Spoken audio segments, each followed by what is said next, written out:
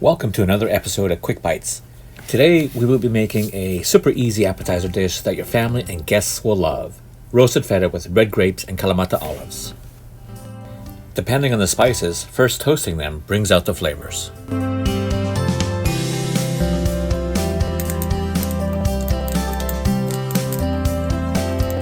In general, I like to use a 1-to-1 ratio of olives to grapes, but feel free to experiment to find your own balance between sweet and salty.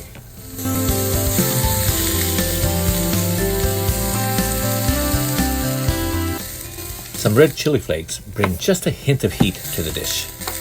With the feta cheese, you can roughly break it or cut half-inch pieces to layer on if you're using a larger cast iron skillet. There's really no hard and fast time to bake this. You just want to bake it until the feta begins to brown. What makes the feta such a great cheese for this dish is that it won't melt, but will be creamy smooth inside. If you like this video, give it a thumbs up, and please subscribe to receive updates. Until next time, bon appetit!